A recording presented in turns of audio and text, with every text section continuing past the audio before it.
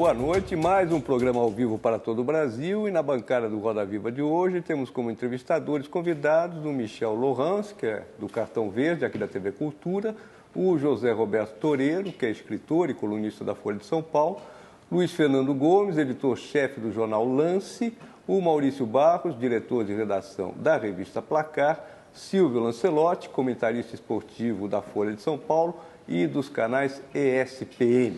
E sempre presente em nosso estúdio, o cartunista Paulo Caruso e os tuiteiros que estão prontos para receber perguntas da nossa plateia virtual, além de convidados especiais.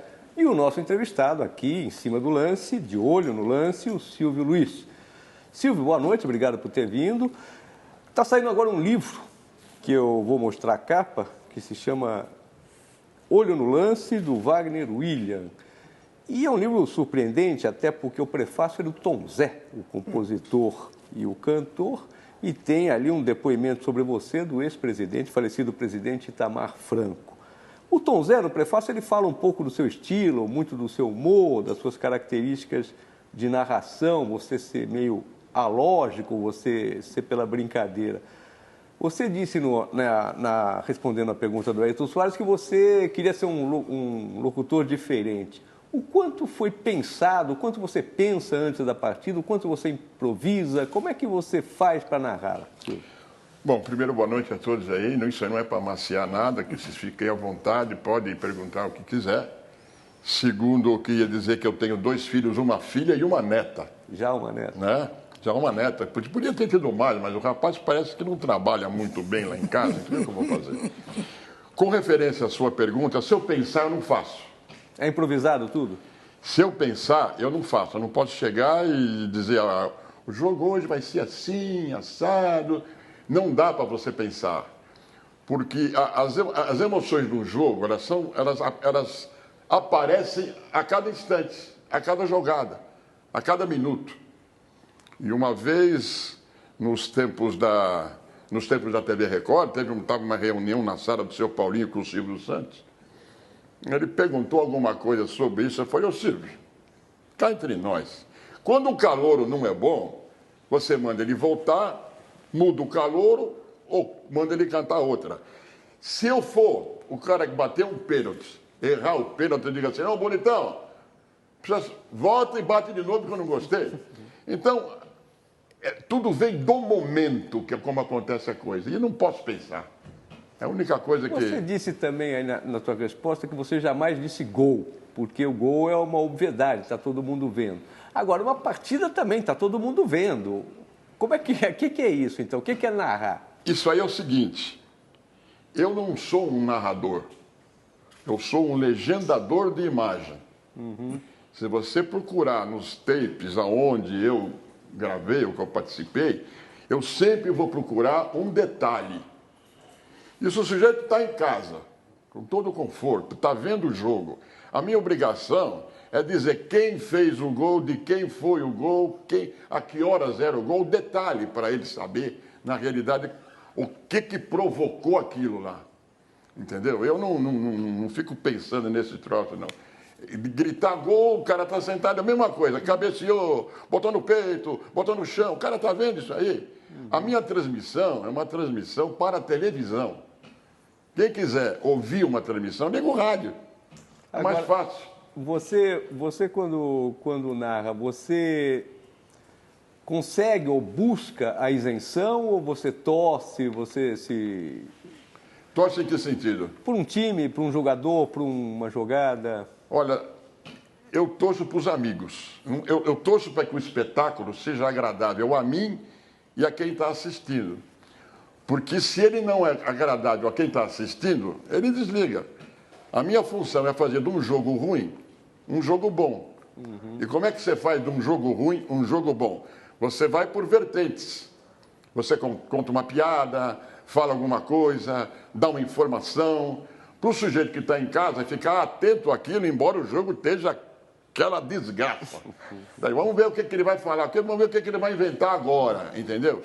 Essa é a intenção de você segurar quem está em casa, pelo menos quando o espetáculo... Agora, quando o espetáculo é bom, eu vejo passar os 45 minutos com uma rapidez incrível. entendeu? Quando, às vezes eu olho no relógio e falo, pô, já 35 do segundo tempo, porque verteu muita coisa boa, saiu jogada, entendeu? Teve até uma briga, às vezes emociona um pouco mais, entendeu? É isso. Agora, Silvio, essa improvisação, ela não se limita à sua locução, né? Diz a lenda que um dia você transmitiu um jogo de cueca, tamanho era o calor que fazia dentro da cabine. Isso é verdade? Conta um pouco como é que foi essa improvisação. Bom, eu sou uma pessoa que acha que tudo que é natural é melhor. Já tinha uma propaganda antigamente que o Pelé dizia assim, tudo que é natural é melhor. Estava tanto calor, se não me engano, foi na cidade de Itu, se não me engano, porque o Padata só uma desgraça. Você lembra qual era o jogo? Não lembro, também você está querendo demais, né, pô? Já não lembro a data. Sem querer eu descobri Itu, estava tanto calor, eu não estava aparecendo na televisão, eu simplesmente tirei a camisa, abaixei a calça e fiquei de cueca. Ninguém estava vendo. E a cabine tinha um anteparo assim, que quem estava do lado de lá estava vendo que eu estava sem camisa, mas não estava vendo que eu estava de cueca. Toreiro, você quer fazer uma pergunta, por favor? Quero passar da cueca para a cartola. A primeira vez que eu lembro assim, de você, foi uns 30 anos que você concorreu à presidência da Federação Paulista. De charrete? De futebol e tal. Uma coisa sensacional, eu achei na época, assim. 2 vezes até, né? Até conseguiu uns votos, o que é impressionante, porque é uma turma tão conchavada, né? Mas dos 300 votos conseguiu os 3, foi sensacional. E das 2 vezes o vencedor foi o Marinho, que agora é presidente da CBF. Então a pergunta é, você vai concorrer também à presidência da CBF, agora com seu arqui-inimigo, o Marinho? Toreiro, infelizmente, depois aquilo foi uma revolta que eu e o Flávio Prado tínhamos a respeito do momento do futebol. Naquela oportunidade, na primeira eleição, que nós descemos de charrete a Brigadeiro Luiz Antônio, era o seguinte, havia no país inteiro um motivo para você economizar gasolina. Você não podia gastar gasolina que o país estava naquela fase, não me lembro a data. E o falecido Nabi Abichedi era deputado estadual e usava o carro da Assembleia para percorrer o interior do estado à procura de votos.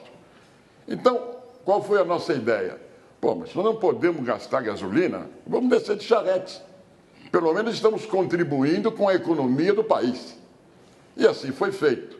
Pedimos uma charrete emprestada para o pai do Eduardo Savoia, que era diretor daquele Sociedade Paulista de Trotes, que nem existe mais, na Vila Guilherme. Ele nos emprestou e nós tocamos de roupa ali na Avenida Paulista, perto da Jovem Pan, se não me engano. E de lá, mandamos um charretão lá para baixo da Brigadeiro. Foi, sei lá, eu acho que o pessoal achou engraçado. Nós tivemos naquela oportunidade um voto. Todo mundo disse que votou na gente. Até agora a gente não descobriu quem votou. O Flávio Prado talvez saiba. Na segunda eleição, nós chegamos de ambulância. Porque dentro da nossa cabeça, o futebol estava morrendo. E nós pedimos a ambulância do Dr. Osmar de Oliveira e descemos na porta da federação para salvar o futebol. Estetoscópio, uma linha, tudo para você salvar o futebol. E o engraçado é que nós tivemos 2 votos. Então dobrou. 100% de aproveitamento. 100% de aproveitamento. Se fosse hoje a eleição para presidente da CBF, seria como? Depois, veja bem, só completando, depois dessas 2 nossas investidas, baixaram uma ordem que só pode ser candidato quem é diretor de clube. Como eu não sou diretor de clube nenhum, não tenho nenhuma possibilidade. Mas eu ia, sabe como? Com uma boia salva-vida. Essas tuas candidaturas tinham um elemento de humor, de contestação. Não, era um protesto do que estava acontecendo naquela oportunidade, entendeu? Não sei se foi na primeira ou na segunda, teve até a intervenção da Polícia Federal.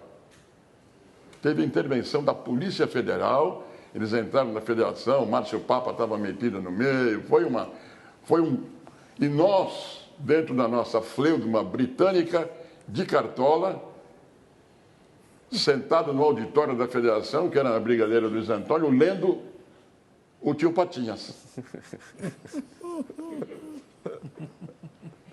Esculhambação maior que essa, revolta maior que essa, não podia fazer agora, ninguém fazia nada.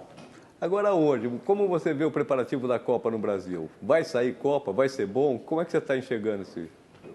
Bom, eu acho que se sair vai ser uma vergonha. Por quê, hein?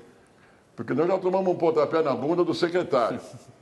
O meu pessoal aqui no Twitter, que são quase 360 mil, acho que nós temos que tomar 2. Porque, na realidade, eu acredito que o governo está mentindo. Embora tudo que se faça em torno do futebol hoje, nacional, municipal, internacional, tudo visa dinheiro. Eu me lembro que em 1974, quando a Copa foi disputada na Alemanha, e o presidente João Avelange foi eleito, depois de não sei quantos anos de Stanley House, ficou decidido naquele ano de 74, aonde seria a próxima Copa. A de 78 foi na Argentina, se não me falha a memória. Sim. Na Argentina. Argentina. Muito bom. Hoje, a importância do dinheiro e do aconchego é tão grande que a FIFA já escolheu a Copa de 22. Nós não realizamos a de 14, nós já sabemos onde vai ser a de 18 e onde será em 22. O que será que a FIFA vai pedir Absurdo. para Dubai fazer? Catar. Catar fazer? O que ela vai pedir? Ou você acha que em torno de tudo isso não tem uma série de negociatas? Hoje, você acha que no Brasil o perigo da Copa é ser uma catástrofe em que sentido? Não ficar prontos os estádios, desorganização? Quando o governo assumiu a responsabilidade de fazer no Brasil uma Copa do Mundo e uma Olimpíada, eu tenho a impressão que não contaram nada para o presidente Lula qual era o tamanho do nabo. Quando ele recebeu aquele monte de encargos, ele queria trazer a Copa e queria trazer a Olimpíada em função de um movimento político que havia no momento, que era o quê? A reeleição do partido. Também não estava doente. E também não estava doente. Então, quando ele recebeu o nabo, naquele tamanho, que começou a aparecer agora, então tem o quê? Hotelaria, aeroporto e uma série de coisas. Os homens que vieram no Brasil da FIFA visitar São Paulo, ainda era de helicóptero. O de helicóptero até eu, porque não é bobo, pô. Entendeu? Você para chegar no Itaqueirão, eu quero ver no dia do jogo. E depois, outra coisa, o medo do governo não cumprir com aquilo que foi prometido vai ter que provocar uma abertura da burra. Temos que abrir mais. Porque é impossível a gente não cumprir aquilo que nós prometemos. Como é que nós vamos fazer? Vamos passar a vergonha, o vexame? Vai ser um vexame. Então, o que vai acontecer? O BNDES vai abrir as portas, vai emprestar dinheiro para todo mundo, entendeu? Vai ficar tudo pronto a meia boca. Ou você acha que até 2000, nós temos 2 anos para... Nós não conseguimos acertar os aeroportos até agora. Eu quero saber o seguinte, nada contra o Mato Grosso. Você quer de um trem-bala em Mato Grosso? Vamos. Nada contra. Nós temos que fazer um trem-bala Rio-São Paulo, ou Campinas-Rio, não é isso que está programado? Você tem notícia desse trem-bala ou não? Você tem? Você tem? Ninguém tem. Talvez nem o governo tenha. Já imaginaram o custo desse trem-bala? E isso está... Nós concordamos em realizar tudo aquilo que a FIFA pediu. E como a FIFA só interessa business, Veja esse negócio da cerveja nos estádios. O que é isso se não é um compromisso comercial com uma companhia de cerveja? Sim. Agora, você abre para a companhia de cerveja que a FIFA quer. Depois, você vai ter que fazer o quê com o estatuto do torcedor que proíbe? Você vai ter que abrir no campeonato municipal, no campeonato estadual, no campeonato nacional. E vai ser uma delícia. Então, nós não estamos conseguindo realizar um terço. E o pior, que me deixa muito aborrecido, é que o ministro do esporte mente. Está tudo bem, não, está tudo muito bem, os senhores estão enganados, aqui está tudo bem, estamos colaborando. Entendeu? Eu tenho pena porque é o Brasil que está sendo representado, não sou eu. A gente se conhece há quase 40 anos e conheço a sua autenticidade, a sua franqueza, a sua segurança, a sua firmeza. Agora, não é só a Copa. Tem Jogos Olímpicos, no intervalo de 2 anos. Eu fui contra, por princípio. Eu acho que não há a menor condição. Espero que dê certo. Claro. Não, todo mundo espera que dê certo, Claro, né? espero, Daí a vou dar torcer. certo. Tá? Mas aí é uma outra situação. Mas, Michel também, estamos juntos desde a Copa da Inglaterra em Sim. 66. Não fica falando essas coisas assim. Imagina, você é mais velho que eu.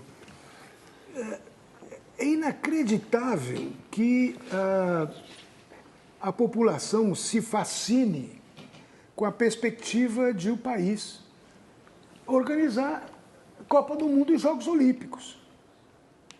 Isso numa nação que você pegar os jornais de hoje, por exemplo, você verifica que...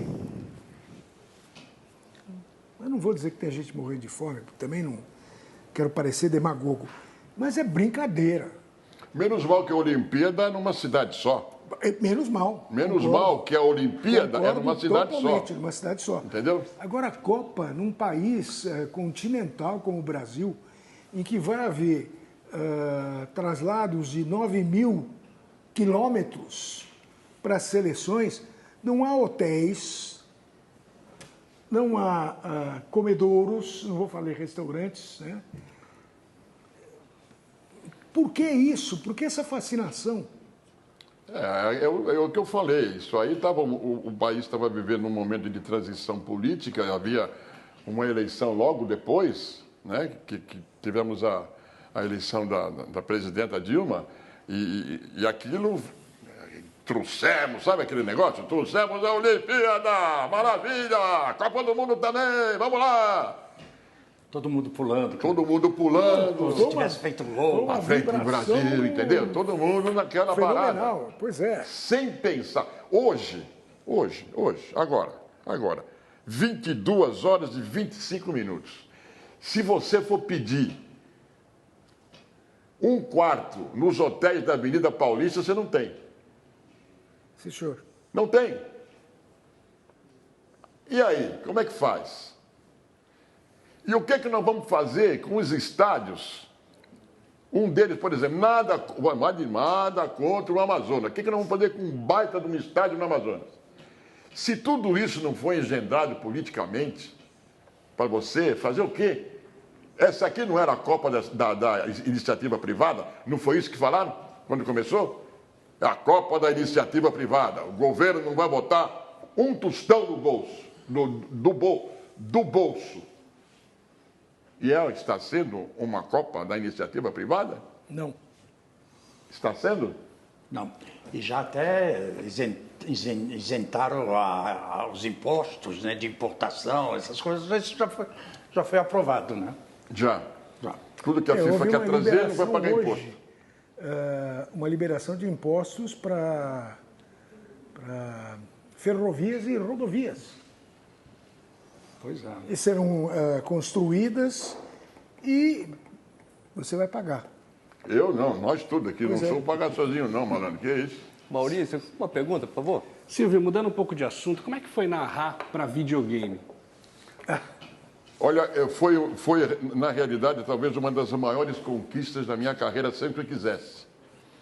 Em 2010, a Konami fez uma pesquisa no Brasil, como fez uma pesquisa na Espanha, nos Estados Unidos, na Argentina, etc. e tal, para ver quem é que deveria narrar o jogo na língua do país. E, para satisfação minha, o velhinho aqui emplacou. Fui procurado pela Konami. Se havia interesse em eu gravar, eu falei, bom, interesse sempre há, entendeu? Interesse sempre interessante. Aí, entramos em contato. O João, que mora na Irlanda, um brasileiro que mora lá, falou comigo diversas vezes. Eu falei, tudo bem, gente, vamos ver quanto é que vocês pretendem gastar, porque a pesquisa era para um narrador e um comentarista. O comentarista foi o Mauro Betti. Então nós fizemos o PlayStation 2011, 2012 e hoje eu gravei já uma pequena parte do PlayStation que vai ser lançado no fim do ano como 2013. E como é que é? Olha, eu vou contar uma coisa para você. Não é fácil, porque você tem que criar situações sem ver imagem nenhuma. Então, por exemplo, o produtor chega para você e diz assim, vem um script desse tamanho, traduzido em português, e ele fala assim, a situação é a seguinte, este lance, esse gol, valeu muito mais pela assistência do que pelo gol. Você me cria 4 situações, sem ter imagem nenhuma para você ver. Então você cria, beleza, hein? Essa assistência vale a entrada, entendeu? E vai indo. E assim são quase todas as situações. Quantas são, Criou algum Silvio? bordão novo ou não? Como? Criou um bordão novo para o videogame ou não? Não sei, talvez na hora saia, não sei. Mas quantas entradas você é obrigado a fazer num tipo de situação? Depende da situação, entendeu? Eu não sou... Tá no eu script. não jogo videogame, Está no script. mas imagino que deva ter centenas. Veja bem, no primeiro que nós gravamos em 2011, só de nome licenciado, de jogador... Só de nome. Só de nome, foram mais de 500. Nome autorizado. Autorizados e licenciados. Clubes licenciados, entendeu? Tanto que no de 2012 já teve a Copa Sul-Americana no PlayStation. Eu, inclusive, no dia do lançamento do joguinho, eu falei lá, numa brincadeirinha, hein, moçada? Brincadeirinha. Eu falei, agora o Corinthians pode ganhar Libertadores aqui no PlayStation, meu, entendeu? Você já tinha jogado o PlayStation ou não, Silvio? Não tinha jogado, não. Mas uma vez, você vê que gozado como é a vida da gente. Uma vez, o Carioca, que trabalha no Pânico, me levou na casa dele, porque ele queria, isso aí faz uns 4, 5 anos atrás, ele queria que eu narrasse para ele, porque ele me imita muito bem, ele queria que eu narrasse na casa dele um joguinho, para ele poder ver como é que eu fazia. E lá fui eu, na casa dele, morava ali perto do aeroporto, e brinquei, veja como é o negócio, depois de 4, 5 anos, a Konami faz uma pesquisa e o velhinho aqui consegue emplacar e levantar uma graninha razoável. O interesse em euro, dólar, quanto é que foi o interesse? Vem em euro, né? Vem bom, em euro, mas pelo Banco Central. Tudo. Você, para receber o euro, tem que mostrar o contrato que você assinou, é tudo limpinho. Não é como certos jogadores que entram e saem por aí, entendeu? E você joga PlayStation hoje? Eu jogo, mas jogo. Mal, mas jogo. Jogo Perde mais... dos filhos todos? Não, meus filhos já não jogam mais isso. Já passaram da idade. Meus filhos já estão, cada um tem uma filha, entendeu? O outro não moram mais comigo. Minha filha não gosta de jogar, mas eu gosto de ver o pessoal jogar. Gosto de ver porque acho que mexe muito com a cabeça da pessoa. Você tem que ter raciocínios rápidos e movimentos rápidos para poder mexer naquele monte de botão que tem ali na frente dele. Silvio, chegou uma pergunta aqui por e-mail, eu vou ler para você uma pergunta do Valdir. Você acha que as torcidas organizadas deveriam acabar? Ele diz que tem 47 anos e tem medo de levar os seus filhos e netos aos estádios. Deveria acabar ou não as torcidas organizadas? Olha, esse mal não é só do brasileiro, não. Mas eu acho que o pessoal está exorbitando um pouco aqui. E não estou vendo ninguém tomar uma providência a respeito. Mas proibir as torcidas organizadas? Você não pode, é contra você. Outro dia eu vi a seguinte nota, depois daquela catástrofe que aconteceu. A torcida do Palmeiras, a torcida Mancha Verde, não pode entrar mais no estádio com camisa. Pô, tirou a camisa e entra, pô. Pois é. Pô, que conversa é essa? Por que nós não temos um sistema inglês? Faz 25 anos que Então, falamos disso. para você ir, o sujeito vai lá, se identifica, tem um número, é fichado, e o sujeito faz uma arruaça daquela, se bem que as arruaças agora, a maioria delas está sendo fora dos estádios, o que faz parte também do jogo. Se você faz arruaça dentro é uma coisa, se faz arruaça fora é a mesma coisa. E se você tivesse todas essas pessoas identificadas, porque a tecnologia hoje permite isso daí, aí eu, fulano de tal, ok, bonitão, vai descansar um pouquinho, né? Porque eu acho que Na Inglaterra acabaram com isso assim, né? Sim, foi. Você pegava os caras, 83, eles 84. tinham que se apresentar na delegacia no dia do jogo No dia do jogo, e ficar acabou. ali.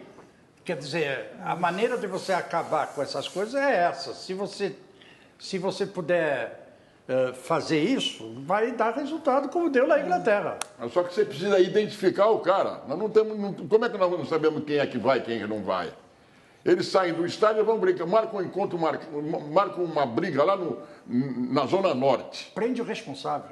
Ué, tudo bem, mas... A PM já chama os responsáveis das torcidas para, enfim, discutir com eles, tentar evitar, mas só que não funciona muito isso aqui. Não funciona, porque, sabe que nós estamos no Brasil, muita coisa não funciona.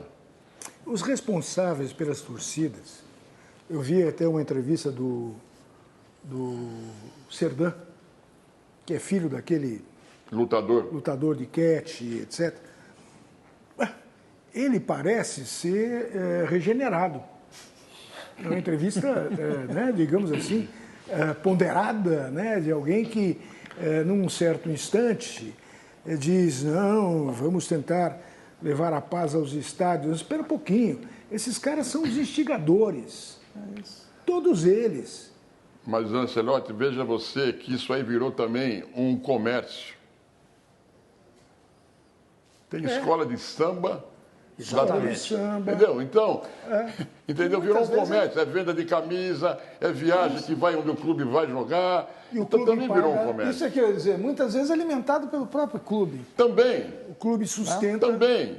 Agora, até você provar que isso é alimentado pelo próprio clube, por exemplo, o diretor de futebol da CBF, o doutor André, estou chamando de doutor, hein? Ele não saiu de uma torcida organizada? Então ele sabe perfeitamente os problemas que existem dentro e fora dela.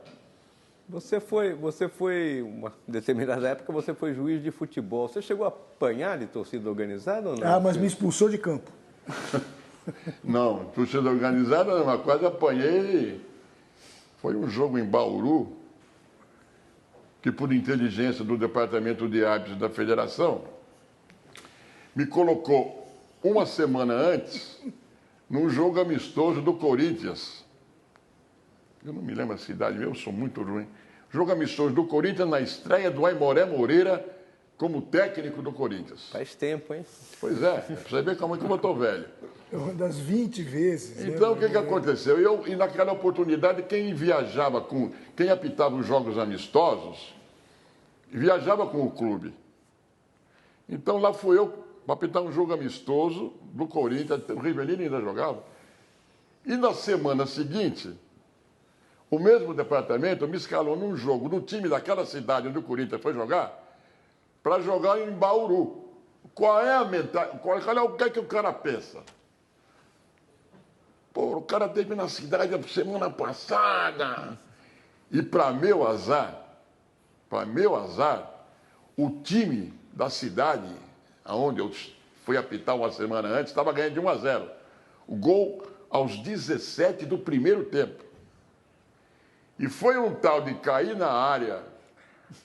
E eu, na minha ingenuidade de hábito novo, você sabe que a gente vivendo e aprendendo.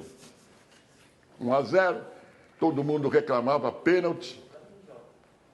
Eu fui terminar o jogo exatamente na área do time do Noroeste, do time que o Noroeste estava atacando. Com a maior tranquilidade.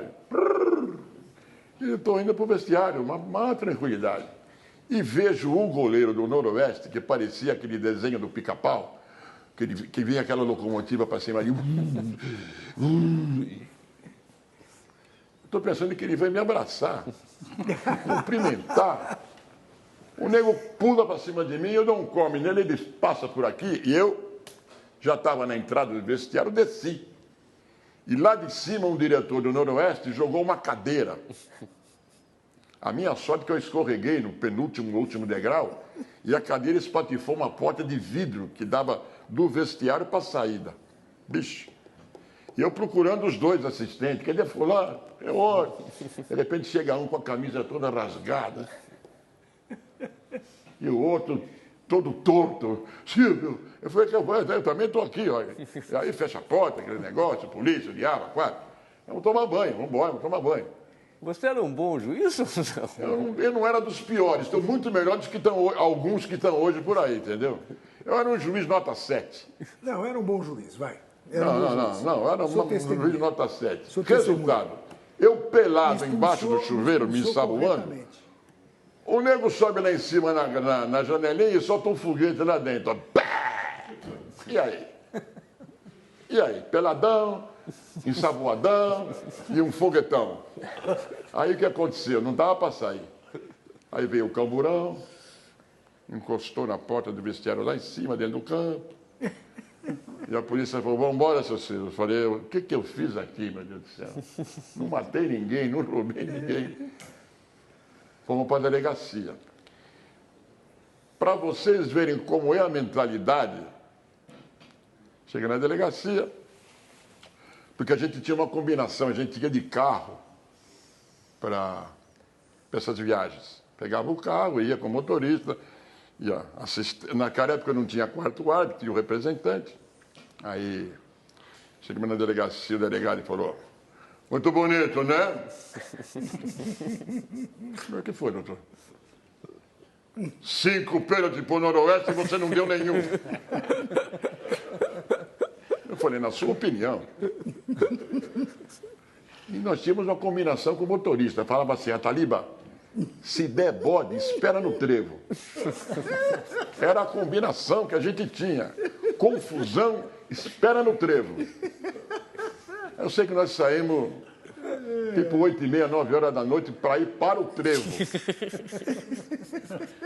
Esse foi uma das passagens. Deixa eu voltar para um assunto que talvez seja mais penoso, mas eu acho que é importante para você falar.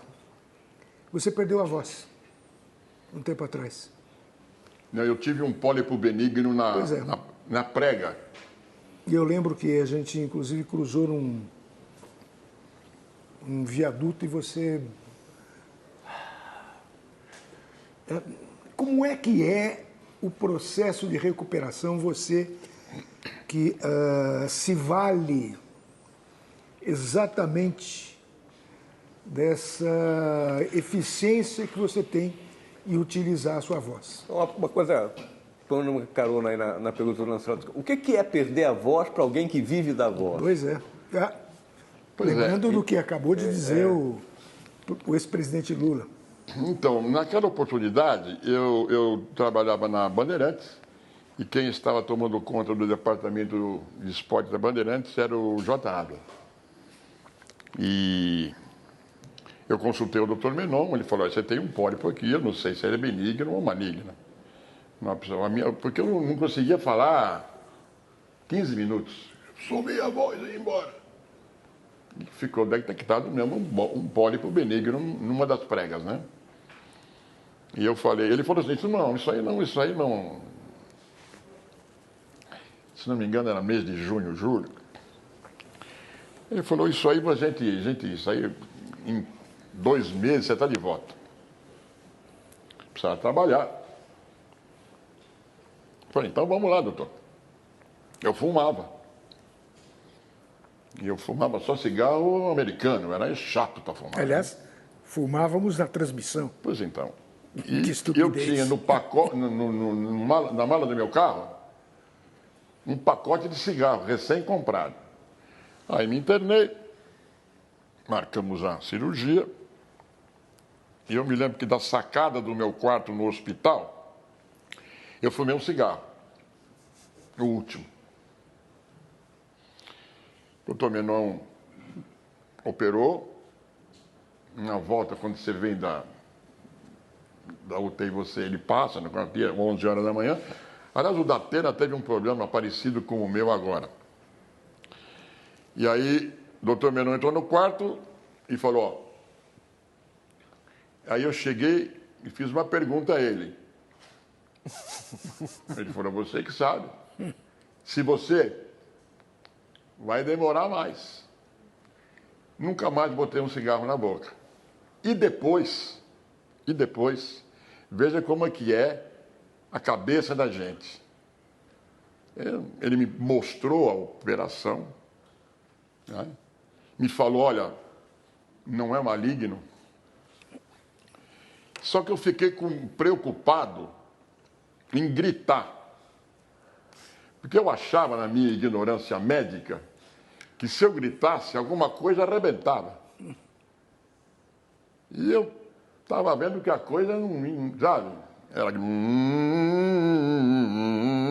Boa. Aí a doutora Mara Belal me pegou, viu que a minha era um negócio de cabeça e me deu... Eu tenho guardado até hoje. Olha, você está no seu carro, liga o rádio e vai acompanhando a música. Entendeu? E vai paulatinamente desencantando esse problema psicológico que você tem. Porque eu gravava os tapes e na hora que eu tinha que gritar agora, eu não ia falando, vai arrebentar tudo, pô. E aprendi muito a respeito de prega vocal, que a cicatrização é de cima para baixo, de dentro para fora, e que aquilo é uma corda de violino. Se você tem um violino com 4, 5 cordas, das quais você precisa tirar um som, arrebenta uma delas, você amarra, faz um nó, evidentemente que essa vai desafinar quando as outras estiverem sendo executadas junto com ela. Então, o que eu tinha que fazer? Ter a paciência de fazer, esperar essa...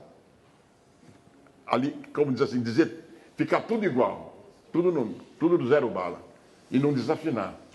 Você daria algum conselho para o presidente Lula, que teve um problema com a voz agora?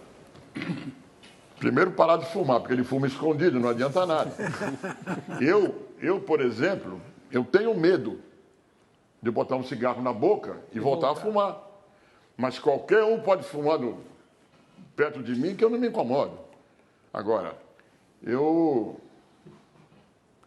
acho que ele devia parar de fumar escondido. E esse pólipo, você chegou a pensar assim, é maligno e eu vou morrer? Eu falei para o doutor Menon, Menon, se for ruim, me avisa. Se for ruim, me avisa para eu poder comprar uma enxada, uma picareta, alguma coisa, fazer outra coisa. E o que você pensou? Que sensação que teve? Pensou assim, tudo bem, valeu a pena, fiz já tudo o que queria ou falta muito? Naquela época, fiquei com medo. Sinceramente, eu fiquei preocupado com o que poderia ter sido, né? Aliás, quando você fala assim, tem que fazer biópsia, qualquer coisa que você vai fazer, que o nego tem que fazer biópsia, não tem um cara aqui, não tem uma pessoa aqui que vai tranquilo não vá tranquilo esperar o resultado de uma biópsia. Se você for tirar uma verruga, o cara diz assim, vamos fazer uma biópsia, Toreiro? Você vai ficar pensando até vir o resultado. E foi o que aconteceu comigo. Só que eu estava usando o meu instrumento de trabalho. Eu realmente me preocupei. E você pensou o quê? Qual foi a sua autocrítica da vida, assim? Eu não tinha feito nada. Digamos que eu estava mais ou menos realizado. Quer dizer, profissionalmente eu estava realizado, mas financeiramente eu não estava realizado. Então eu tinha mulher, sogra, filho, e eu falei, bom, agora vamos ver o que acontece. E passa aquele do que eu vou fazer agora? Passa. Mas foi muito mais psicológico o meu problema. Porque depois, nos testes que eu fiz com a doutora Mara, ela mete um negócio aqui para você, mete um microfone aqui, e vai tudo no computador. Ela fala, tá vendo? Não tem nada, tá limpo. Você tem que perder o medo. Ô Silvio, tem mais uma pergunta aqui que chegou pela plateia virtual, via e-mail, feita pelo Antônio Carlos. Ele gostaria de saber a sua opinião sobre a manipulação de resultados nos campeonatos. O futebol de hoje funciona igual a mágica? Se descobrirmos o truque perde a graça, essa prática não existe mais? Olha, posso ser sincero? Eu não acredito. Não tem? Os árbitros erram porque são incompetentes mesmo. Nunca ninguém chegou para falar, ô Silvio, maneira esse jogo, quando você era juiz? Quando eu era juiz, eu estava num velório e tenho testemunha disso. E naquela oportunidade o presidente, o diretor de árbitros era o senhor José Ferreira Pinto, mais conhecido como o Zé da Farmácia, que mandava e desmandava no futebol paulista. E tinha um jogo que eu ia apitar, num torneio Cidade de São Paulo, entre Portuguesa e Guarani. Dependendo do resultado, o São Paulo conseguiria o título. E dependendo do resultado, a Portuguesa ganharia. Se não me engano, era a diferença de 5 gols. Se não me engano. Aí o senhor chega para mim, assim, eu tenho 2 ou 3 testemunhas ao meu lado. Ele falou, olha, vai lá amanhã que eu preciso dar o título para o homem. O homem a que ele se dirigia era o doutor Henri Aidar, chefe de gabinete do governador do estado, que neste instante estava chegando à Beneficência Portuguesa para cumprimentar o seu Américo, cuja senhora tinha falecido naquele dia. Eu falei assim, doutor José, que Deus me ajude e que dê tudo certo. Eu não faço esse tipo de negócio. Ele falou, não vou tirar você do jogo porque você já está escalado. Eu falei, isso é um problema seu. E eu fui para o jogo e a Portuguesa ganhou de 5-0, resultado que ela precisava. Você lembra disso aí? Lembro. Bom, a campanha que esse senhor aí engendrou contra mim, durante o tempo que ele estava lá, quis me tirar do quadro da CBF, mas no quadro da CBF, quem mandava era o coronel Áureo Nazareno Antunes Ferreira, o melhor instrutor de arbitragem que eu já tive, que não sei se tem hoje por aí. E o professor Álvaro Paz Leme era um dos componentes da comissão. Grande figura, aliás. Professor Paz Leme. Pai do Alvinho. Pai do Álvaro José.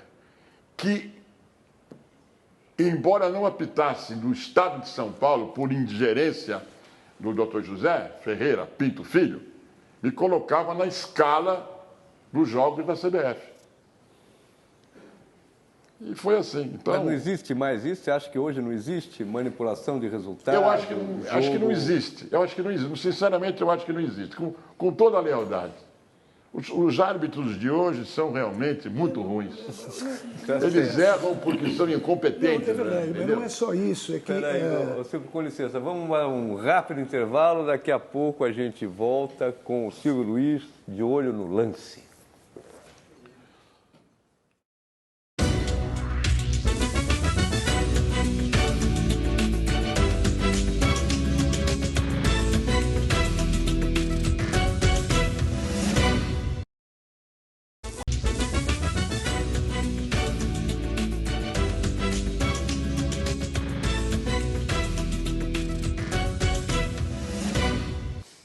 O Roda Viva conversa hoje com o jornalista e narrador esportivo Silvio Luiz. Silvio Luiz, qual que é a tua opinião sobre a imprensa esportiva brasileira? Não estou falando de comentários, estou falando de imprensa esportiva. A minha impressão é que ela tem muitas páginas, tem muitos programas, mas ela é fraca na apuração. 98, Copa na França. O Ronaldo teve um piripaque, ninguém da imprensa esportiva sabia nada, não soube informar o que estava acontecendo, não soube informar depois o que estava acontecendo, nunca apurou direito. Dou um outro exemplo recente, Ricardo Teixeira Você me perdoa, escrevi um livro sobre isso. Ricardo Teixeira teve que sair da presidência da CBF e não graças a toda a campanha da imprensa esportiva, blá, blá, blá, mas eu acho que muito por causa de uma matéria que saiu não é porque eu trabalho lá na revista Piauí, da Daniela Pinheiro, sobre o Ricardo Teixeira, que ela não tem nada a ver com a imprensa esportiva. É boa, é ruim, é fraca, é muito ligada aos cartolas, aos jogadores? Qual a tua opinião sobre a imprensa esportiva? Olha,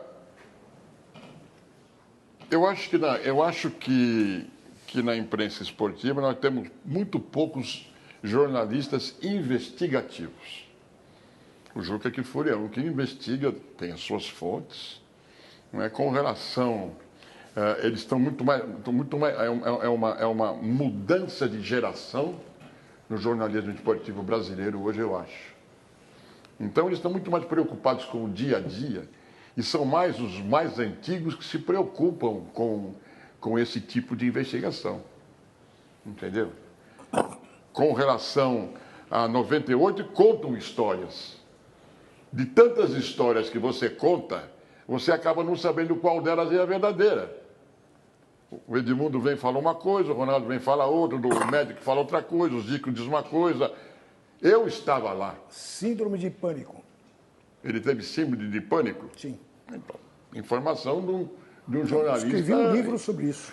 Eu estava lá. Aí o que aconteceu? Eu estava lá no jogo e quando veio o pré-list, porque a FIFA nas Copas do Mundo solta uma lista antecipada. Não tinha o nome dele, né? E não tinha o nome dele. E eu falei para o Juarez. Eu estava no SBT nessa oportunidade. E a SBT estava transmitindo uma corrida de Fórmula Indy, se não me engano. Fórmula 1. Hã? Fórmula 1. Fórmula 1, SBT. O Ronaldo, inclusive, estava vendo a corrida. Então, eu peguei e falei, China, o Ronaldo não vai jogar. Das Ilhas. Ele falou, como não vai jogar? Ele não está no pré-list. Entramos no ar e demos a notícia. Ronaldo está fora do jogo. Aí desce foi o Gilmar que desceu, foi para o vestiário. O Ricardo Teixeira estava lá embaixo, eu vi lá de cima que a nossa cabine era a última, correu lá para baixo. E, surpreendentemente, depois, apareceu aí o Ronaldo jogando. Então o Zagallo fala uma coisa, o médico diz outra coisa, o Edmundo fala outra. Então eu, na realidade, eu não li o seu livro ainda porque você não me deu de presente, mas se você quiser me dar o livro de presente, eu vou procurar ficar mais bem informado a respeito. Agora, se você fala que foi... Eu vi uma entrevista sua em que você dizia que a nova geração do jornalismo, quer dizer, os estagiários, as pessoas que vão entrando, não aceitam o conselho, aceitam mal o conselho, aceitam mal, já saem da faculdade achando que sabem tudo. E isso não é um pouco, não vem ao encontro do que o Mário disse? Quer dizer, e aí é um problema que não seria só da imprensa esportiva, acho que é um problema do jornalismo do momento que a gente está vivendo. Não, posso dizer para você que eu me reporto muito ao jornalismo esportivo. Claro. Nós todos aqui trabalhamos com isso. Trabalhamos com isso. E nós todos aqui, quase todos da minha época. Aonde a gente ia buscar informação na nossa época? No arquivo do jornal, no telefonema para a fonte. Hoje em dia, o jornalismo esportivo que sai da faculdade, ele vai na internet, ele tem site de tudo quanto é time, ele tem o Wikipédia, ele tem a UEFA, ele tem a FIFA, ele tem um monte de informação. Ele não precisa ir como nós íamos atrás da informação da notícia. Hoje, ele levanta, ele tem o que ele quiser ali. Se ele tiver um notebook deitado na cama dele, de manhã ele tem tudo. Então, eu acho que esse tipo de excesso de informação vagabundeou um pouco essa nova juventude do jornalismo esportivo. Eu acho, a opinião, eu não sou dono da verdade. Eu não sou dono da verdade. Então, eles não estão tão preocupados em ir atrás. Eles lá, clica ali, tique-tique, sai tudo. E nós não. Alô, precisava de uma informação importante, você ia na redação da Folha, do Estadão, da Gazeta Esportiva, procurar a informação, porque constava... O campeonato italiano, comecinho dos anos 80, chegavam os bandeirantes de manhãzinha no domingo e... Tinha que ligar para a Itália. Ligação para a Itália para saber a escalação, quem ia jogar, porque não tinha nada. E quantas vezes a escalação não vinha errada? Entendeu?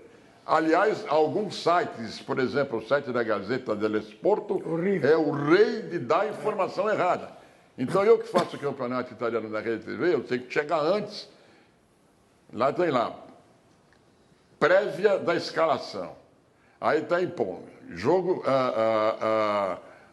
direto. Aí você vê número errado. Outro dia eu peguei um número que era 81, o número do cara estava como 18.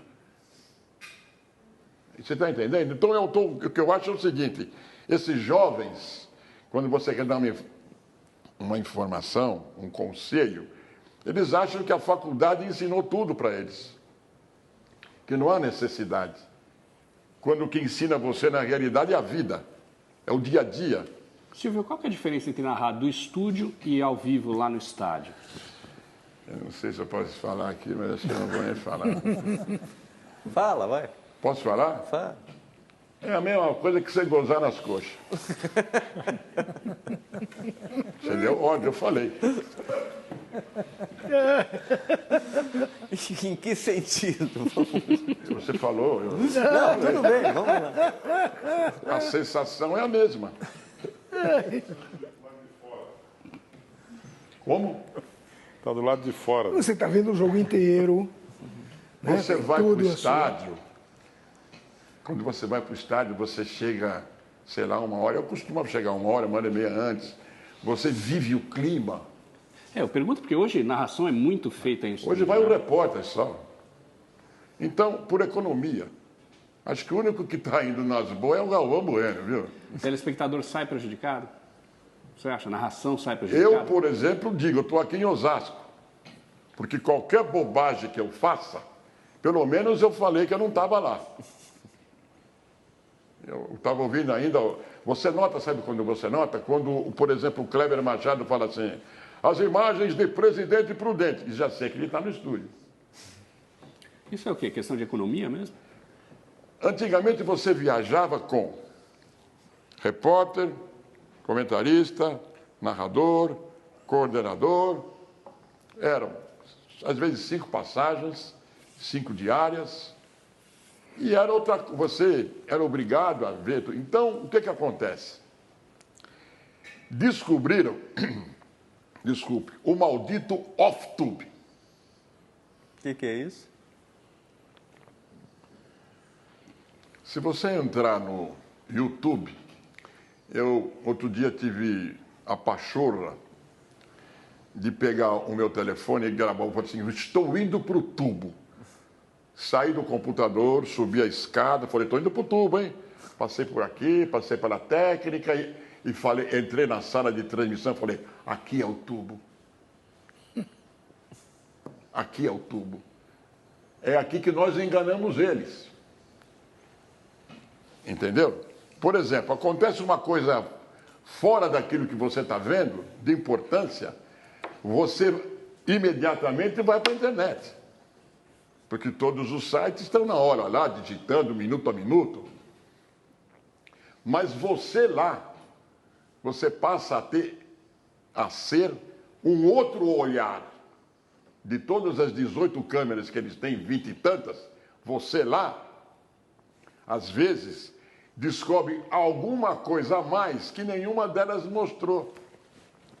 E se o comando da transmissão de imagem é sua, você dá um alerta. Atenção, do lado esquerdo tem um cara caindo na arquibancada. O cara... Agora, essa no imensidão, tubo, não dá para fazer isso. essa grande variedade de câmeras deixou o narrador mais exposto, tirateima e toda essa tecnologia? Não é que para deixou mais eventuais exposto. erros? Eu fui um cara que nunca briguei com a imagem. A imagem ela pode ser sua amiga e sua inimiga. Ela é sua amiga quando concorda com aquilo que você antecipou, com aquilo que você falou. E ela é sua inimiga quando ela, no replay, te desmente. Ela piorou para a arbitragem. Os árbitros estão roubados que não tem como. Ele tem uma visão daqui, de repente o cara faz um corte de 180 graus de lá, pega o lance completamente diferente e ele está vendidaço na parada. Ele está vendidaço na parada, entendeu? Aumentou o quê? A beleza da transmissão. A alta definição. Mas mudou o seu jeito de narrar, por exemplo? O meu jeito, não. Eu sou um legendador de imagem. Quanto mais imagem tiver para mim, mais legenda eu faço. Você acha que essa tecnologia devia ser usada pelo futebol? Quer dizer, você é a favor de usar o vídeo para decidir lance,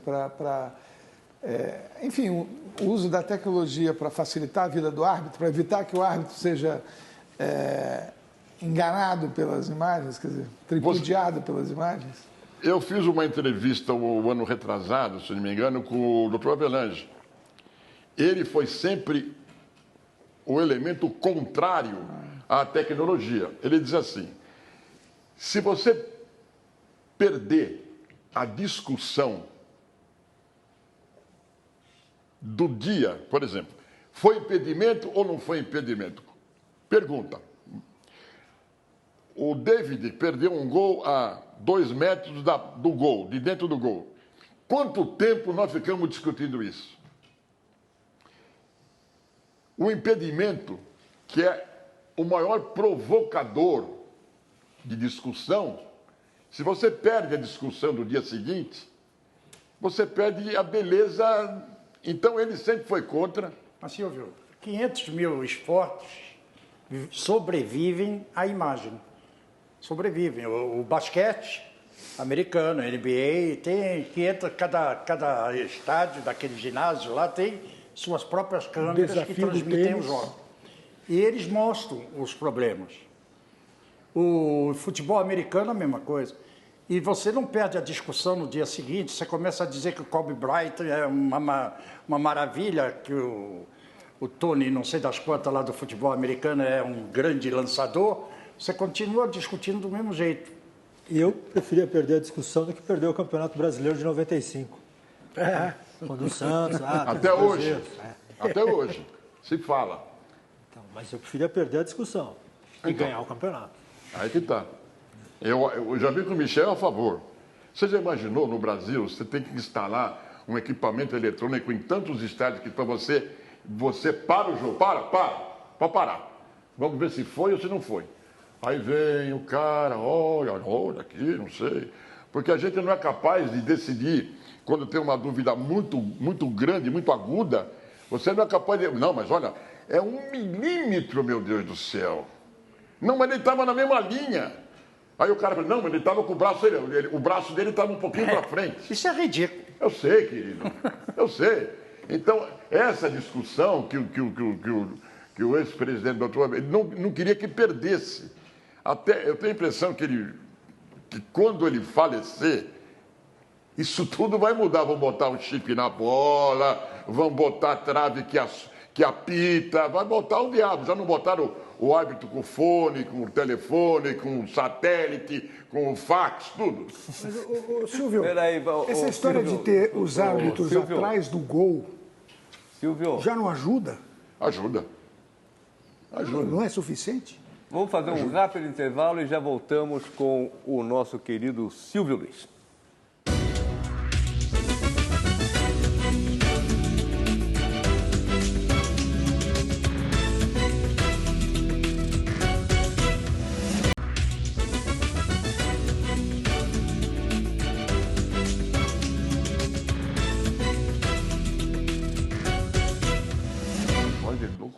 também. Vamos lá, o Roda Viva tem no centro da arena um dos maiores narradores esportivos, legendador de imagens, Silvio Luiz. E a produção me informa que Silvio Luiz é um dos temas, um dos nomes mais falados agora no Twitter no Brasil. É Silvio Luiz e o Roda Viva. Fala um pouco de futebol, Silvio. Eu me apoio num ensaio recente de um artista plástico, Nuno Ramos. Ele diz o seguinte: o futebol brasileiro ele está meio num beco sem saída porque muito por causa dos locutores que ficam cobrando o futebol bonito, o futebol do drible, o futebol moleque do Brasil, e os tempos já não são mais esses. São os tempos de um outro futebol e os locutores esportivos ficam insistindo nessa tecla. E levando o jogo para os jogadores tentarem ser dribladores, pedala Robinho, pedala Neymar, aquela coisa. Como é que está o futebol brasileiro hoje, na sua opinião? Existe uma sobrevalorização no futebol que já não tem mais lugar? Seleção de 70? O que está acontecendo? Se você pegar o último ranking da FIFA, nós estamos em 7º lugar. Em 7º lugar. Quando nós, por anos e anos, fomos os primeiros. Essa carência de espetáculo, porque você vai a um circo, por exemplo, você quer ver um mágico bonito, um elefante lindo, um cara que anda no arame. E esse espetáculo, que para a sua vista é uma delícia, está faltando. Quem é o grande ídolo? Nós temos o Neymar e nós temos o Ganso e muito poucos. Temos o rapaz do São Paulo, o Lucas. Que mais nós temos que leve você a comprar um ingresso que não é barato para ver o jogo? Mas a própria noção de querer um espetáculo não está errada? Não está um pouco exagerada? Vem cá, quando você vai ver uma orquestra sinfônica, você quer que ela desafine?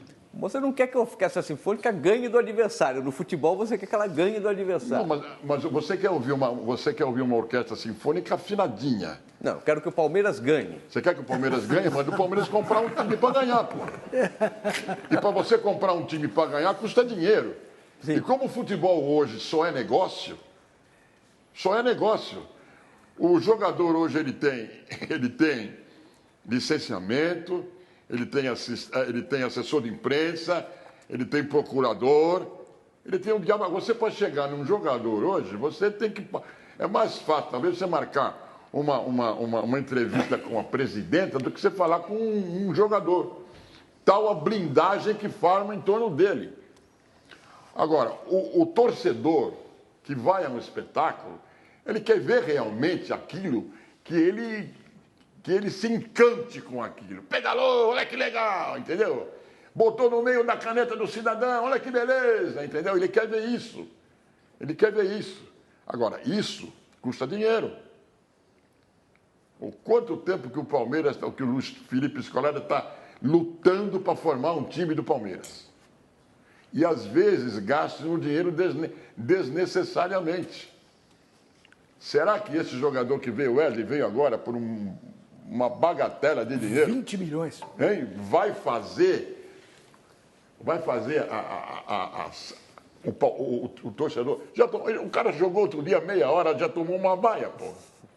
A exigência do torcedor brasileiro ainda é aquela de 1970, onde você quer ver o espetáculo. Outro dia o cara dizia assim: ora, meu, esse cara fez um lançamento que nem o Gerson. Mas que lançamento que nem o Gerson, professor? Onde nós estamos? Vai com brincadeira. Então, a beleza do espetáculo é exatamente essa molecagem brasileira a qual nós estamos acostumados há tantos anos. Tantas vezes campeão do mundo, molecos.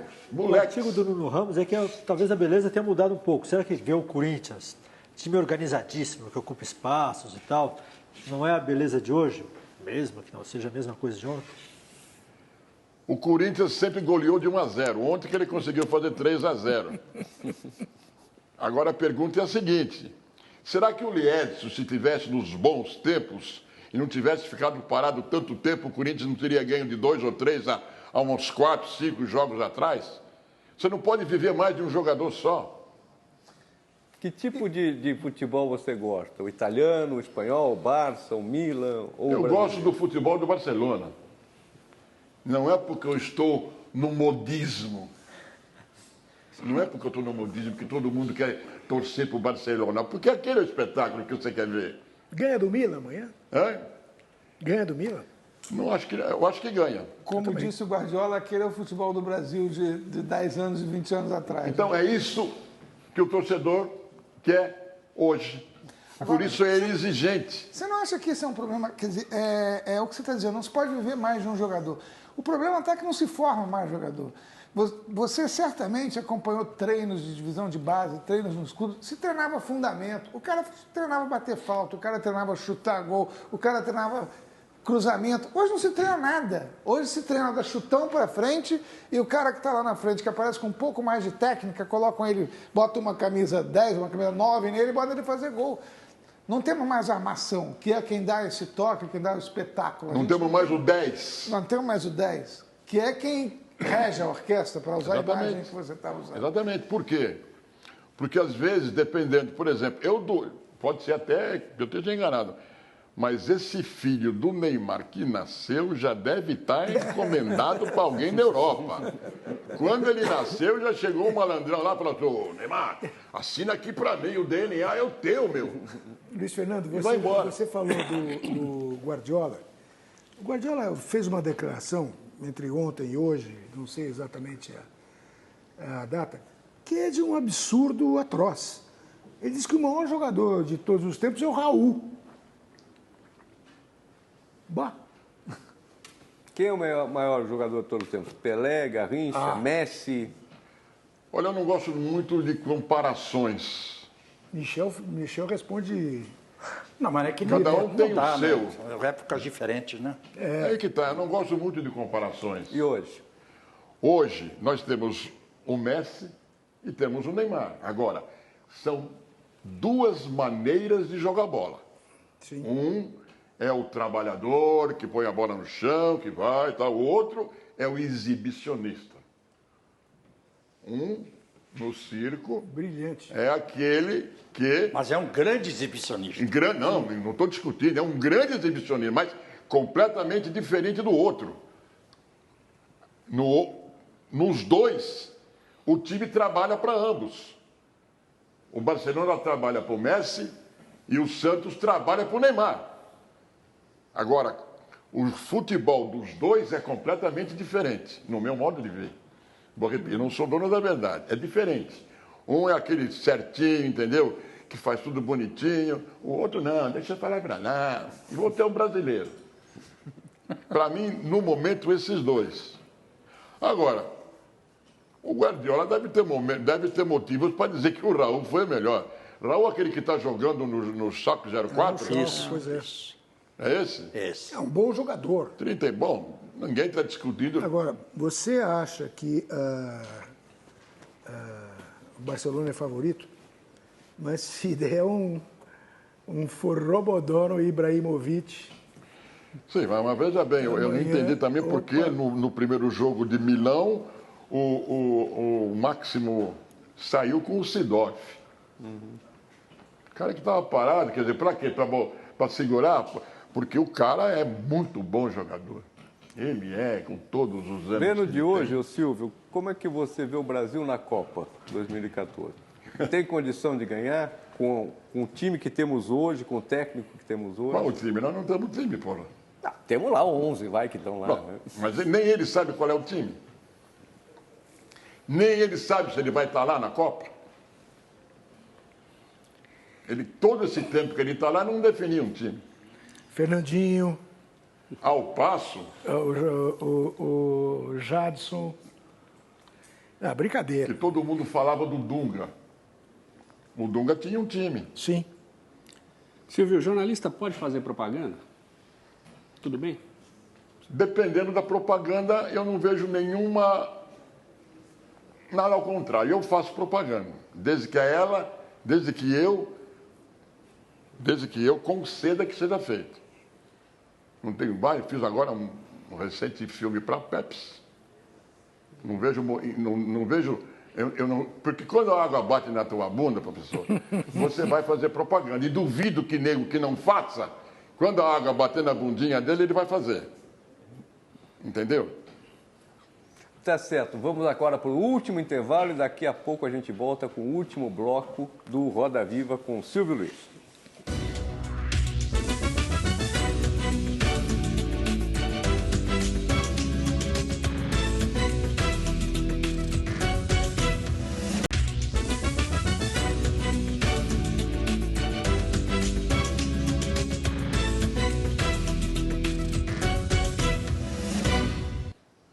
Estamos de volta no último bloco do Roda Viva com o locutor, narrador esportivo, jornalista Silvio Luiz, um dos homens mais falados no Twitter. Ainda bem que espero que esteja falando bem, né?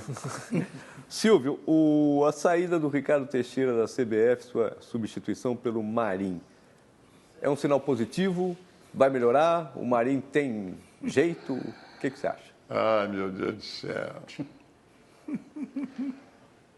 Sai o roto, entra o remendado. Por quê? Ele mesmo disse, vamos ter uma sequência da administração do Ricardo. Se ele disse isso, vai ser uma tragédia. Vai ser uma tragédia. E por que uma tragédia? O que acontece na CBF? É corrupção? É promiscuidade? É jogo com os patrocinadores? Qual é o problema? Olha, é um problema de polícia isso aí. Se vocês forem investigar a coisa bem a fundo, tanto é verdade que o Ricardo não aguentou as pressões. Não aguentou. Por que ele não aguentou? Porque então devia ter muita coisa preta, porque senão... Bom, o homem traz a Copa para o Brasil. É presidente do comitê da Copa do Mundo. Bonitão, ele vai jogar isso aí na lata do lixo? Como? Por quê? Por quê? O que aconteceu? O coelho não saiu da cartola? O que você acha que foi o pior da administração Ricardo Teixeira? Esquecendo, vamos deixar de lado a história da corrupção, dos desmandos e tal. No futebol, quer dizer, na gestão do futebol brasileiro, o que você acha que foi o pior que precisava mudar? Veja bem, se você for dizer assim, quantos títulos ele ganhou? Não importa a seleção A, B, a administração dele. Quer dizer, quanto mais tempo você fica num lugar, mais chances de ganhar as coisas você tem, de ganhar ou de perder. Ele ganhou alguns títulos para o futebol brasileiro. A maior foi essa, como é que eu vou dizer, essa mancomunação, existe essa palavra? Mancomunação. Existe isso aí? Então, com as grandes empresas. Quantos patrocinadores a seleção brasileira tem hoje? Cada vez que aparece uma entrevista de um jogador da seleção brasileira, veja os quadradinhos que estão lá atrás. Agora eu faço uma pergunta. Você colocaria a sua marca num produto que estaria deteriorado? Você acha que a seleção brasileira, quantas vezes ela mudou de camisa?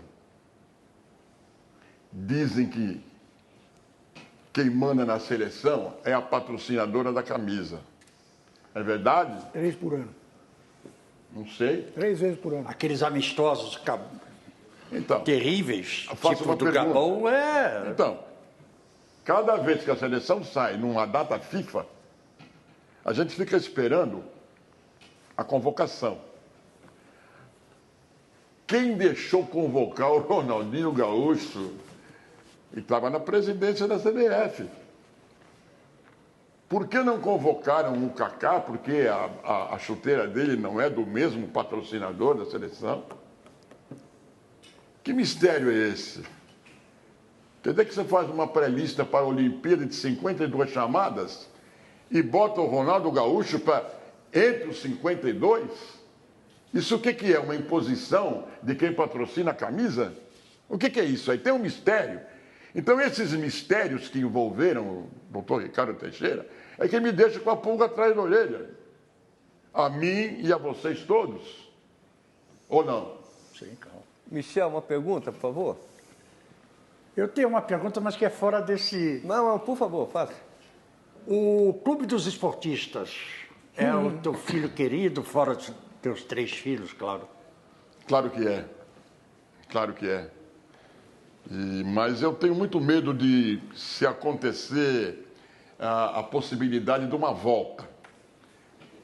Por quê? Porque ele marcou tanto e algumas pequenas passagens desse programa estão no YouTube, vocês podem procurar.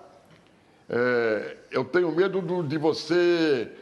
Foram tantos personagens criados dentro dele. Ferreirinha existe A ainda? Ferreirinha faleceu, o Silvio Ruiz, enfim, tantos personagens foram criados em torno dele que se você tentar remodelá-lo, não vai conseguir. O cara vai... que as pessoas iam e sentavam lá? Hã? É verdade que não tinha convidado, as pessoas iam e sentavam? Não é que não tinha convidado. A pauta era o seguinte, na minha sala tinha um papel na parede pregado, e ele dizia assim, sugestões para o programa. Só que tinha uma coisa, o cara que não levasse um convidado não participava do programa. Tinha um cachorro lá, Silvio. O que era aquele cachorro? Tinha, Que era um disco. Era um disco. Então, eu tentei moldar aquilo lá a uma situação cotidiana. Você vai na casa de uma pessoa, toca a campainha. Se ela tem cachorro, o cara lá está no fundo. E a primeira coisa que você faz é ir à porta receber para ver quem está lá. Aquilo foi criado mais ou menos nesse. E a gente brincava até brincava muito com a TV Globo. A TV Globo estava vindo para São Paulo para inaugurar aquela torre linda que eles têm ali na Avenida Paulista. E eu, uma semana antes, falei para o pessoal, vamos tirar um sarro deles. Porque tirar sarro da Globo todo mundo quer. Né?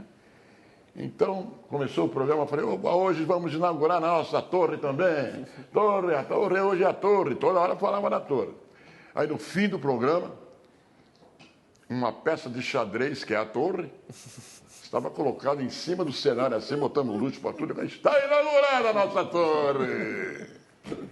Então, era dentro da nossa mentalidade de, sabe, o Flávio ajudava muito, porque ele também é bem sacana, entendeu? Até hoje ele ajudar muito essas brincadeiras que a gente fazia. Você acha que o futebol hoje tem menos humor? Você acha que virou mais negócio? E aí, por exemplo, o atacante, em vez de chamar Pelé, Pepe, Tite, Didi e tal, chama Lucas, Neymar, Leandro Damião, Luiz Fabiano. Assim, tem menos humor no futebol? Tem menos Toreiro, graça? Eu fico com bronca com um jogador que tem 2 nomes. Primeiro, porque dificulta a narração. Se você tem 22 com 2 nomes, dá para 44, é isso? A conta está certa? Se cada um tiver um nome só, não é mais fácil? Luiz Fabiano. Por que não é Fabiano? Entendeu? E... A regra antigamente era só para defensor, né?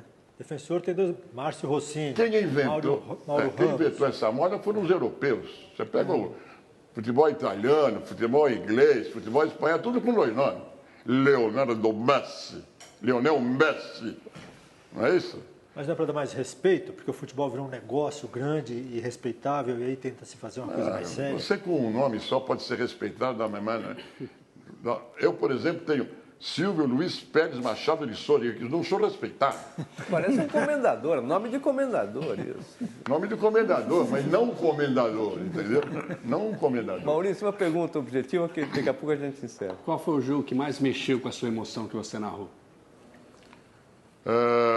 77. Conquista do Corinthians depois de 22 anos. Não sei pela amizade que eu tinha com o Brandão e estava vendo naquela conquista uma realização dele. Você torceu? Torci para ele.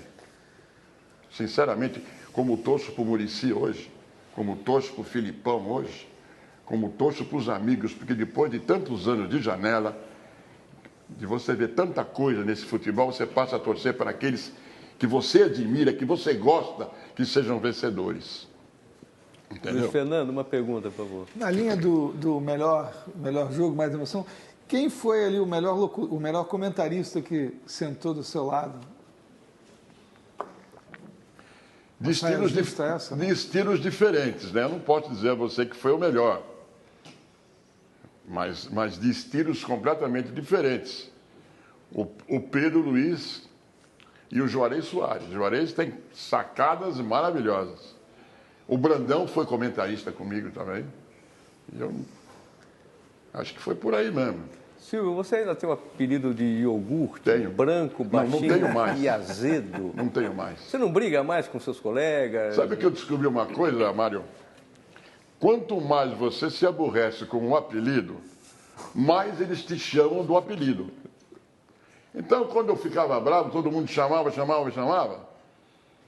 Eu falei, quer saber de uma coisa? Eu não vou me incomodar mais.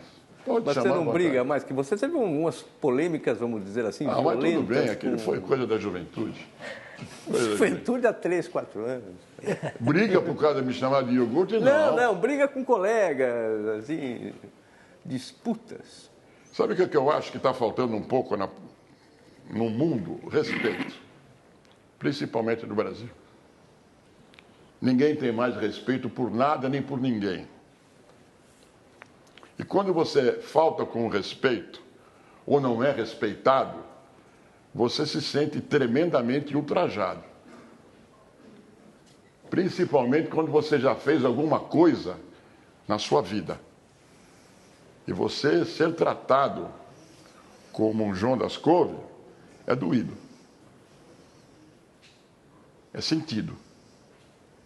Eu, por exemplo, deixei de fazer a minha 10ª Copa do Mundo porque eu coloquei uma cadeira do Band Esportes no Twitter.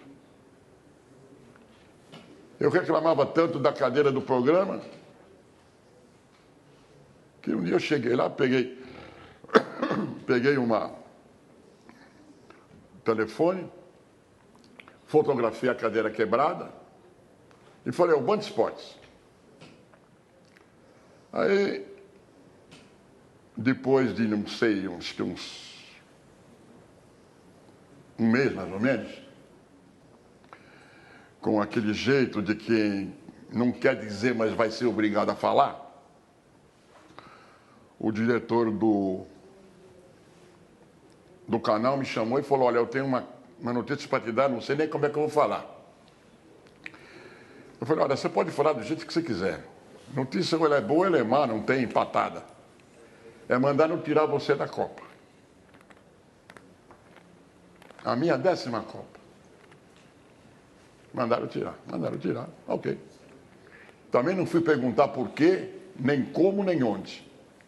Eu só fiquei sabendo depois que eu fui tirado da minha 10ª Copa, porque eu havia colocado aquela fotografia da cadeira quebrada no Twitter. Fiquei sabendo depois por um amigo meu que trabalha na organização, que foi tentar interferir por mim. Ele falou, mas você também botou uma cadeira quebrada no Twitter, pô, você queria o quê? Eu queria que tivessem tido respeito, que tivessem me chamado na direção da casa. Vem cá, Silvio. Isso aqui foi você que pôs? Porque naquela oportunidade tinha 500 fakers do Silvio Luiz. Todo mundo era Silvio Luiz no Twitter. Foi você que fez isso aqui? Foi. Pô, bicho, isso é coisa que se faça, pô. Você não está depondo contra a organização. Você não acha que isso é ruim para você? Para casa, onde você trabalha? Mas nada disso foi feito. Eu também não procurei subir para conversar com ninguém. Isso é falta de respeito. Falta de respeito com o profissional, falta de respeito pelo tempo que eu tinha e falta de respeito pelo que eu fui na minha carreira. Isso me magoou profundamente. Fiquei tremendamente magoado com isso. Era a 10ª. Podia ter parado na 10ª. Entendeu? Outro dia ainda perguntaram, a Marília Gabriela perguntou para mim, Ah, mas você ainda vai fazer. Falei, Marília, nós estamos no Brasil. E quando a Copa estiver por aqui, em 2014, eu estou com 80 anos. Você acha que alguma emissora vai querer um narrador de 80 anos? Eu acho, espero que alguma emissora de televisão convide o Silvio Luiz, acho que estou falando em nome de muitos torcedores, fãs seus, para que você possa narrar a próxima Copa de 2014, a sua 10ª Copa.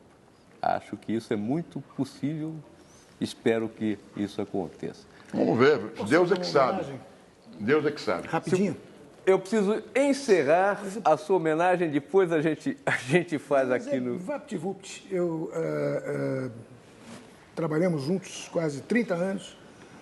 Silvio, tenho o maior respeito por você. Obrigado. Isso aí, chegamos ao final de mais um Roda Viva. Agradeço a presença do Silvio Luiz, do Luiz Fernando Gomes, do Michel Laurence, do José Roberto Toreiro, do Maurício Barros, Silvio Lancelotti e do nosso cartunista Paulo Caruso. Obrigado aos nossos tuiteiros, à nossa plateia virtual. Até a próxima semana. Boa semana a todos.